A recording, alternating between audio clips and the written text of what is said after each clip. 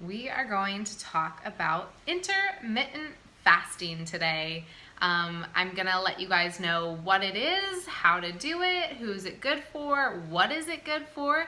I'm gonna answer all of those questions for you. So fasting, some people hear fasting and think that it's not a good thing or that it'll put you into starvation mode. But you guys, if you think about it, we as humans have actually been fasting for a really long time. When we were hunter and gatherers, we didn't have refrigerators, we didn't have supermarkets, we didn't have convenience stores. So we didn't always know when our next meal was going to be. So we ate and then often fasted or went without food for a period of time until we could go out and hunt and gather more food. So fasting is not some new development or new discovery. It's actually going back to our ancestors and going back to how they used to eat and the pattern that they ate in. And that's really all intermittent fasting is. It's a eating pattern. It's not necessarily a diet. It can be combined with eating styles or eating plans, and I'll kind of touch on that a little bit later. But it really is just an eating pattern. It's a way of eating, and all it is having a period of eating and having a period of fasting and kind of cycling between those. So there are a couple options that you have when doing intermittent fasting. The first one, and probably the most popular one right now, it's also the one that I follow, is the 16-8 rule. And essentially what that is that you fast for 16 hours and you eat for a window of 8 hours. So a lot of people have their last meal around 8 or 9 p.m. in the evening, and then they will have their first meal either at 12 or 1, kind of around that time frame. So essentially you skip breakfast. Breakfast is not the most important meal of the day. There's no science that proves that it is the most important meal of the day. So for most people on the 16-8 will skip breakfast, or you could also kind of have an early dinner and have your last meal around 5 o'clock and then eat at 9 a.m. the next day. So that is one option. There is also the 24-hour fast, or eat, fast, eat is also what it can be known as. And it's not that you're fasting for 24 hours every single day. It's often that you fast for 24 hours once or twice a week. And the third option is the 5-2 option, and you would eat normally for 5 out of the 7 days during the week, and then you would pick 2 days to go very low calorie. You're gonna be at about 500 to 600 calories for the day. So as you can see, that is a pretty big caloric deficit on those days, but the other days you're eating normally. So you're still getting your calories in. Intermittent fasting isn't necessarily a low calorie diet. You're still getting adequate calories. You're just eating your calories in a specific manner. So why intermittent fasting? What are some of the benefits? Probably is what you're asking yourself. So intermittent fasting helps with a couple different things. I'm going to start a little bit with your hormones. So you have the human growth hormone, also known as HGH, and this is really important for muscle gain as well as fat loss. And intermittent fasting actually increases your human growth hormone up to 5 times. So that's a big jump. So the higher your HGH is, the more fat you're gonna burn and the more muscle you're gonna be able to put on. So it is definitely a hormone that you want to increase, and intermittent fasting is a great way to do that. So insulin, we hear a lot about insulin these days with diabetes, and insulin is actually a hormone that we want to keep pretty level, if not decrease it. And insulin has everything to do with blood sugar. So the more carbohydrates and processed sugar you're eating, the more insulin your body needs to release and the more of a demand it puts on your body. So we want to keep blood sugar low, we want to keep insulin low, and intermittent fasting helps us do that. Intermittent fasting will lower your insulin levels, and the lower your insulin levels, the easier it is for your body to get to your fat stores. So if you're looking for fat loss, if you're looking for weight loss, then you really want to keep your insulin levels low and at a steady level, at a steady low level. So intermittent fasting is a great way to do that because you go so long without eating, and so your insulin levels are able to drop and you're able to keep your blood sugar a little bit more steady. Intermittent fasting is also great for cellular repair. It gives your body a chance to repair itself and actually almost detox a little bit, so you're able to remove damaged or old cells out of your body and repair your cells or grow new ones. So intermittent fasting is great for that. It is also helpful for gene expression, if you can believe it or not. Just because you have a certain DNA does not necessarily mean that your genes are going to express a certain way. The environment and what we put into our body has a lot to do with how our DNA and how our genes express themselves. So through intermittent fasting, you can actually help protect yourself against different cancers and different diseases. So one of the benefits and one of the reasons that a lot of people have gotten into intermittent fasting is weight loss. So, when we were talking about the human growth hormone and keeping insulin levels low, both of those aid in weight loss. When your insulin levels are low and you're able to use your fat stores for energy, that promotes weight loss. When your human growth hormone is up and you are, again, burning more fat, increasing muscle, all of that burns more calories in your body, and the more calories you burn, the more weight you lose.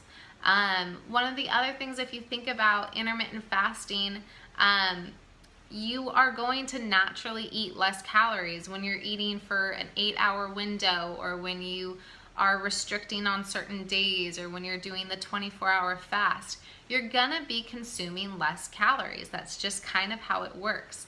You're not going into a severe calorie deficit, but you are gonna be consuming less calories, and so your body will lose weight. Intermittent fasting also helps to increase your hormone and neurotransmitter norepinephrine, which is a fat-burning hormone. So if you start to notice, a lot of this is getting into your fat stores, and if you are using your fat stores for energy, then you're going to lose fat and you're going to lose weight. Intermittent fasting also actually increases your metabolism, believe it or not. So the faster your metabolism, the more calories you're expending per hour, the more weight you're going to lose. A lot of people think that if you are fasting or reducing your caloric intake, that you're going to slow down your metabolism, and that's not necessarily true. If you go into a severe caloric deficit, or starvation mode as it's known, then yes, your metabolism will slow down.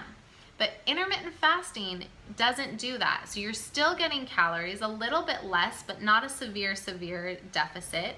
And it actually is going to rev up and boost your metabolism so that you burn more calories, you burn more fat, and you lose weight. So intermittent fasting could be a great option for somebody that is insulin resistant, because it'll help them even out their blood sugar, and it will decrease their insulin levels, and it'll decrease the demand of insulin from the body. So it's great for people that are insulin resistant. It also is great if you deal with inflammation. Intermittent fasting has been shown to reduce inflammation markers. So if you have arthritis or autoimmune diseases, if you struggle with a lot of pain, that oftentimes has a lot to do with inflammation. So intermittent fasting is a great way to bring that inflammation down, and the less inflammation you have, the better your body works. So intermittent fasting has also been shown to decrease LDL cholesterol, which is your bad cholesterol. Not all cholesterol is bad though. So you do want low LDL but high HDL. So intermittent fasting can help lower that bad cholesterol, as well as it can also decrease your blood triglycerides. So think about fat in the blood essentially. We don't want a lot of triglycerides in our blood that could lead to, you know, plaque buildup in the arteries, fat buildup in our arteries, and we really want to keep those clean. So intermittent fasting can help reduce that as well. Intermittent fasting has also been shown to increase the brain hormone, brain-derived neurotrophic factor, or BDNF. And this really helps with new nerve cells and growth in your brain. We need healthy brains to function. So this could actually help prevent Alzheimer's and dementia. So definitely a good thing if you have any family history of Alzheimer's or dementia, if you feel like your brain isn't firing on all cylinders, intermittent fasting is a great way to kind of rev up those engines. Okay, so we know what intermittent fasting is. We know the benefits of intermittent fasting, but how do you get to intermittent fasting? So you could just jump in and not eat for 24 hours or 16 hours, or reduce your calories to 500 calories a day, but that might be really tough in the beginning.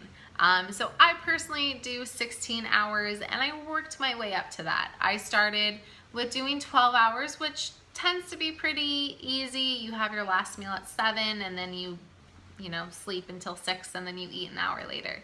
And then you just slowly increase by an hour or 2 hours a day, and within a couple days you'll be at that 16-hour mark, and then you have that window. You have that 8-hour window and you space your meals. Your meals are gonna be kind of, probably 600, 700 calories a meal. You might not eat 3 meals. You might only eat 2 meals or 2 meals and a snack during that 8-hour window, and that's okay. You don't have to have 3 meals and 2 snacks every single day. Again, that has just been kind of something cookie cutter that we've been told, but is not necessarily how you have to eat. You can definitely eat that way, but on intermittent fasting, to get 3 meals and 2 snacks, then you'd have to be eating the entire 8-hour period, and you would probably eat way more calories than you need.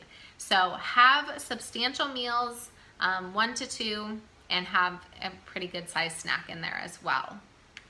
And so while you're fasting, while you can't eat, you can definitely still have fluids, and you really should have fluids. This will help you, especially in the beginning, with dealing with some of the hunger pains. Just because your tummy kind of rolls around or gargles doesn't necessarily mean that you're hungry. It's just kind of what it's doing, emptying and churning. So water, black coffee, tea, you could even do some just broth as well during your fasting time. 0 calories during your fast is the best. However, you do kind of have a little gray area with about 50 calories that you can have during your fasting period. So if you need maybe just a little bit of coconut or almond milk in your coffee, you can do that, but nothing over 50 calories. So no bulletproof coffee. Sorry guys, I know some people say that bulletproof coffee are still in fasting, but that typically is about 150 calories. So no bulletproof coffee, but you can do black coffee with a little bit of, again, almond milk or coconut milk, but really keep it under that 50 calorie mark. Once you go over 50 calories, you've knocked yourself out of the fasting mode. And if you wake up and you're really hungry and you just are like, I cannot make it until 12 o'clock, eat.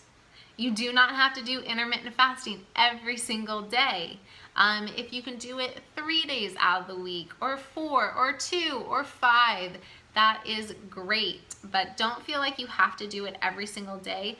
Don't feel like you have to force yourself into it. If your body is telling you, I am hungry, then eat. A lot of this is about listening to your body. So if you're hungry, eat. But if you think you're just bored or you're not really hungry, but you just trained yourself to eat in the morning, wait, give yourself a couple hours and then eat. So if you really want an extra boost, I highly suggest trying intermittent fasting with a ketogenic or high-fat diet, high-fat, low-carb diet. It'll really kick you into fat burning mode, but it'll also help you feel full. So with keto, you're eating high fat, and fat is what fills us up. It's what gives us satiety. It gives us energy. So when you're on keto and you're eating more fat, you're not as hungry. You'll stay fuller longer. So keto is a great way to get into a fat burning mode as well as to get into intermittent fasting, because you won't be starving. With keto, you'll naturally fall into a pattern of intermittent fasting, whether you just don't need dinner or you don't need breakfast the next day. It'll kind of be a natural progression for you. So definitely try that out. If you're struggling with intermittent fasting, bump that fat up, reduce those carbs, and I think you'll be really happy with what happens. I also want to talk about exercise. When is the best time to exercise while intermittent fasting? Do it while you're fasting. I tend to do my workouts early in the morning, and then I have a couple more hours before I have my first meal. Or a lot of people will exercise and then break their fast. So more so exercising around noon and then breaking their fast around 1 o'clock. So that's a great option. Doing your workouts while you're fasting, you're going to start your workout in a fat burning mode. So normally it takes about 20 to 30 minutes for your body to get into fat burning. But when you're doing intermittent fasting, you start at a fat burning mode. So it's great. It's a great time to get your workouts in. It's a great combination. And to get a little added boost while you're working out, I suggest BCAAs, or branched chain amino acids.